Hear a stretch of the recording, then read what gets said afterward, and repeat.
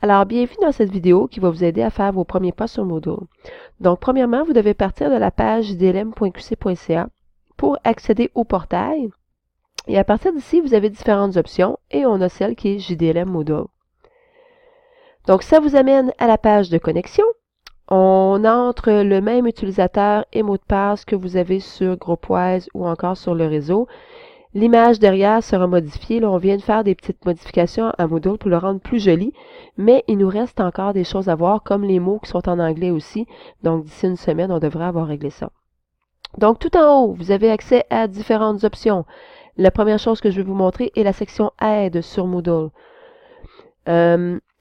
En passant, si jamais vous n'avez aucun cours ici, c'est que vous n'êtes pas encore inscrit. Donc, il faudrait envoyer un courriel au service technique pour qu'ils puissent créer votre cours et vous inscrire à aussi le cours Aide sur Moodle. Donc, ici, vous avez de l'information. Ce qui peut être intéressant pour vous, premièrement, guide d'utilisation complet de Moodle pour les enseignants. Ça a été créé pour les enseignants d'ici. Donc, c'est sûr que c'est très complet, il y a beaucoup d'informations, mais si vous voulez savoir un peu qu'est-ce que Moodle peut faire, puis c'est quoi un peu ses limites, vous avez l'information qui est là. Sinon, ben, c'est juste de poser la question aux personnes qui peuvent vous répondre, comme service technique ou encore moi. Comment inscrire vos élèves? C'est un document PowerPoint qui vous montre, qui montre aux élèves comment s'inscrire sur Moodle. Donc, les élèves souvent l'ont déjà fait dans les années passées, mais peut-être pour leur rafraîchir la mémoire.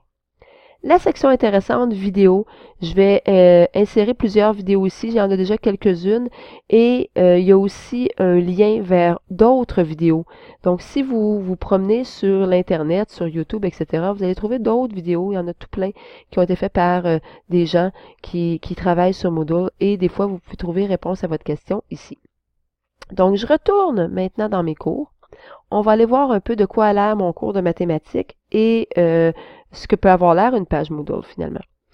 Donc, les élèves, quand vont venir dans mon cours mathématiques, vont pas voir exactement la même chose que moi je vois présentement. Donc, moi, je suis enseignante et je vois ce que les enseignants vont voir. Donc, c'est-à-dire que ce qui est en bleu, c'est ce que je veux rendre actif pour les élèves, je veux rendre visible aux élèves, et ce qui est en gris, c'est ce que je veux garder puis que je vais ouvrir plus tard. Donc, c'est des fonctionnalités que je ne veux pas donner nécessairement tout de suite aux élèves, mais que j'ai fait l'an passé, que je ne voulais pas effacer parce que je savais que j'en aurais probablement besoin encore cette année. Donc, quand je vous parlais justement qu'est-ce que l'élève voit et qu'est-ce que l'élève ne voit pas, vous pouvez voir comme un élève. Donc, si vous voulez avoir être certain de qu'est-ce qui va être visible par l'élève, on peut dire prendre le rôle ici et dire étudiant pour voir comme si j'étais un étudiant. Donc, à ce moment-ci, tout ce qui était en gris a disparu. L'élève va voir cahier de notes et exercice tome 1 et ensuite, dans l'étape 1, les nombres naturels, panorama 1, note de cours. C'est tout ce qui serait visible à ce moment-ci pour les élèves. Mais moi, étant enseignante et je veux vous montrer comment vous en servir, je veux retourner à mon rôle enseignant. Ça se passe ici en haut. Je dis retour à mon rôle normal. Donc, ici, dans le cours mathématique, comme je vous disais, j'ai créé, moi, étape 1, étape 2, étape 3. Mon cours est divisé en différentes étapes. Et à l'intérieur d'une étape, je peux avoir des titres, les nombres entiers, les transformations géométriques, etc., etc., les angles, pour essayer de subdiviser un peu mes différentes sections. Mais je fonctionne différemment en sciences. Juste pour vous montrer différentes options, là. Donc, dans mon cours de sciences, j'ai une section générale où est-ce que les élèves vont avoir des documents qui vont leur servir tout au cours de l'année. Par exemple, sur les scientifiques célèbres, éventuellement aussi sur le document de laboratoire, les instruments de laboratoire, tout ça, ça sera dans la section générale. Et j'ai plutôt que de diviser ça en étapes, j'ai plutôt mes univers vivant, univers matériel, univers technologique. Donc, c'est la façon que j'ai divisé ça dans mon cours de sciences. Donc, il appartient à vous de voir comment vous allez vouloir diviser votre cours. Maintenant, si je m'en vais dans un cours qui est vierge, un cours tout nouveau, tout frais pondu, comme vous allez avoir lors de votre première visite dans Moodle, ben il n'y a pas grand-chose. Donc, on s'aperçoit que tout en haut, j'ai une section aussi qui est pratiquement vide, c'est marqué Forum des nouvelles, mais ensuite, bon, habituellement, j'ai sujet 1, sujet 2, sujet 3, sujet 4, mais tout à l'heure, je suis allée marquer étape 1. Donc, j'irai faire tantôt le sujet 2 avec vous pour vous montrer comment faire. Donc, si je voulais avoir, tout comme ma section mathématiques, là, un petit bienvenue en mathématiques avec une image, mais ce que je dois faire, premièrement, c'est activer le mode édition.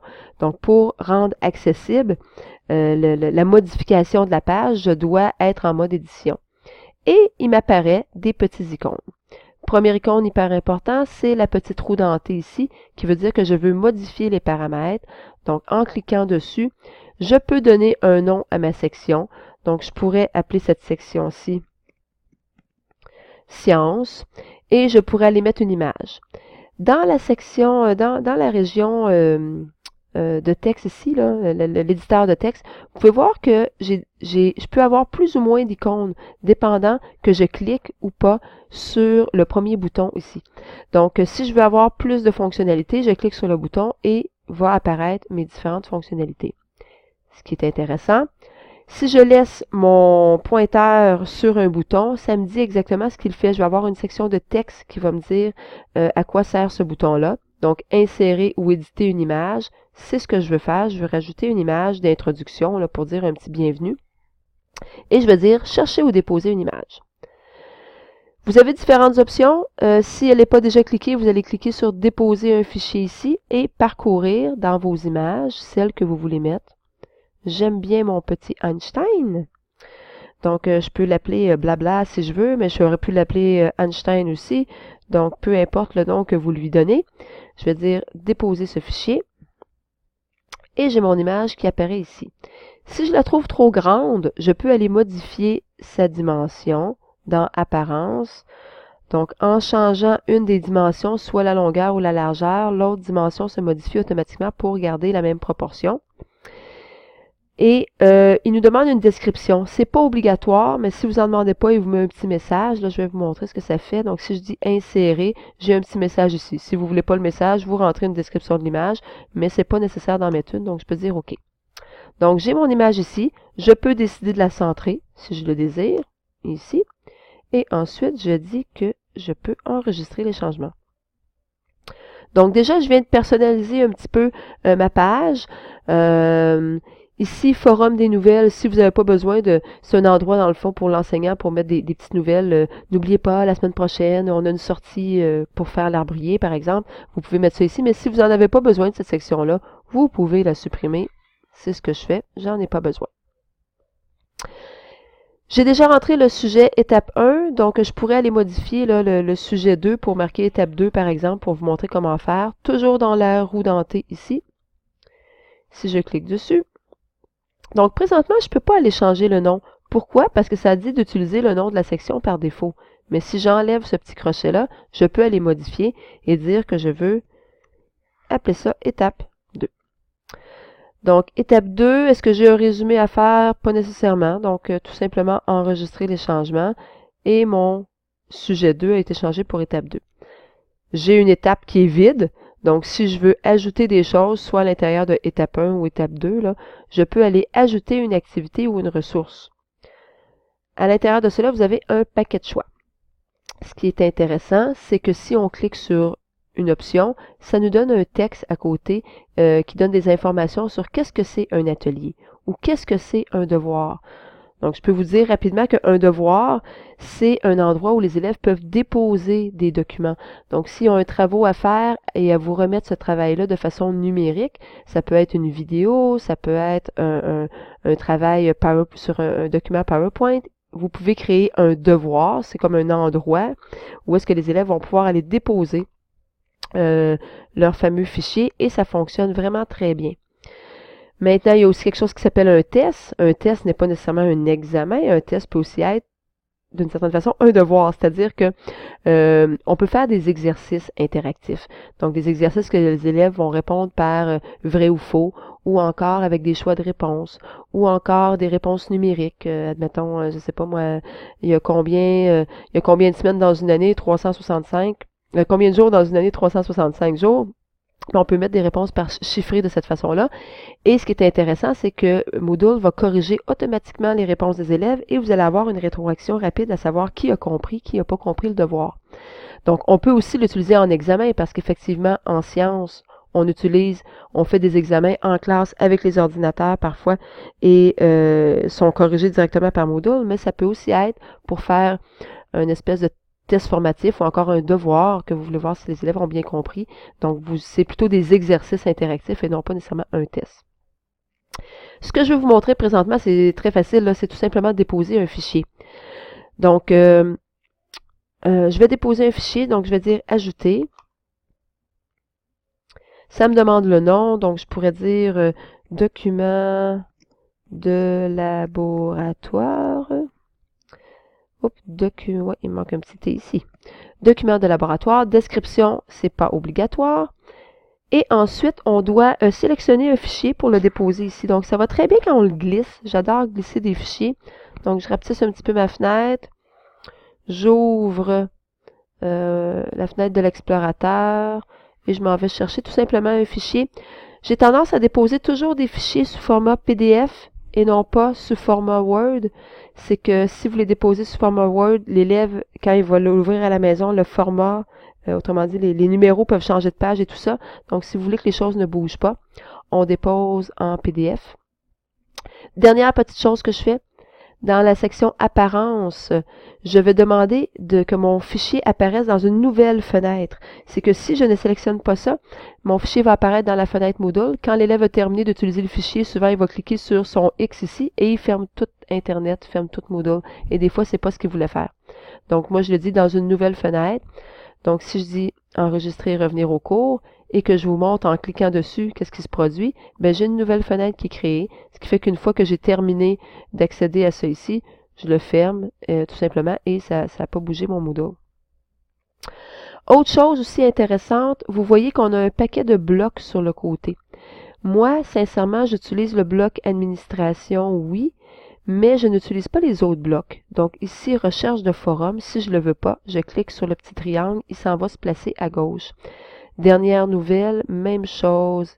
Événements à venir et activités récentes. Donc, je peux tout aller les cacher. Ceux que j'utilise, administration, et en a un autre que je parlerai éventuellement qui s'appelle calendrier, que j'utilise aussi. Je vais venir mettre mon calendrier ici. Maintenant, dernière petite chose, oui, il me reste un petit peu de temps. Si je veux ajouter un titre, donc ajouter une activité, et que je veux mettre un titre à ma section, et que je décide d'appeler ça, par exemple, bon, univers vivant. Donc, vous verrez vos différentes sections à vous. Je veux la rendre visible, oui. Je pourrais aller décider que mon univers vivant, là, je le veux en gras, puis je pourrais lui déterminer une couleur aussi, là. Donc, j'ai mon univers vivant. Là, on dit, oui, mais le titre est après le document. Qu'est-ce que je fais? Catastrophe. Mais ici, avec la petite flèche, si on n'a pas fait les choses dans l'ordre dans lequel on veut qu'il apparaisse, donc mon titre est rendu en haut et mon document là. Si je veux vérifier ce que l'élève va voir, étudiant, et à ce moment-là, étape 1, univers vivant, et j'ai mon document de laboratoire. Forum des nouvelles, si vous ne pensez pas l'utiliser, le forum des nouvelles, c'est quoi au juste? C'est un endroit où l'enseignant peut dire, ben, par exemple, la semaine prochaine, on a une sortie à tel endroit. Donc, tu ne veux pas le forum des nouvelles, on peut toujours enlever. Donc, dire, je veux venir modifier, supprimer, et je n'ai plus finalement le forum des nouvelles. Donc, ça va vous donner de quoi commencer votre page Moodle. C'est sûr que vous allez avoir des questions en cours de route, faites-vous-en pas. On est là pour répondre à vos questions. Il y a des vidéos qui sont mises en ligne dans le cours Aide. Service technique peut vous aider, je peux vous aider. Donc, n'hésitez pas à poser des questions. Ça se voulait vraiment une introduction pour vous montrer un petit peu qu'est-ce que vous pourriez faire avec Moodle, puis comment commencer. Donc, je vous invite à venir nous voir quand vous avez des fameuses questions. À bientôt!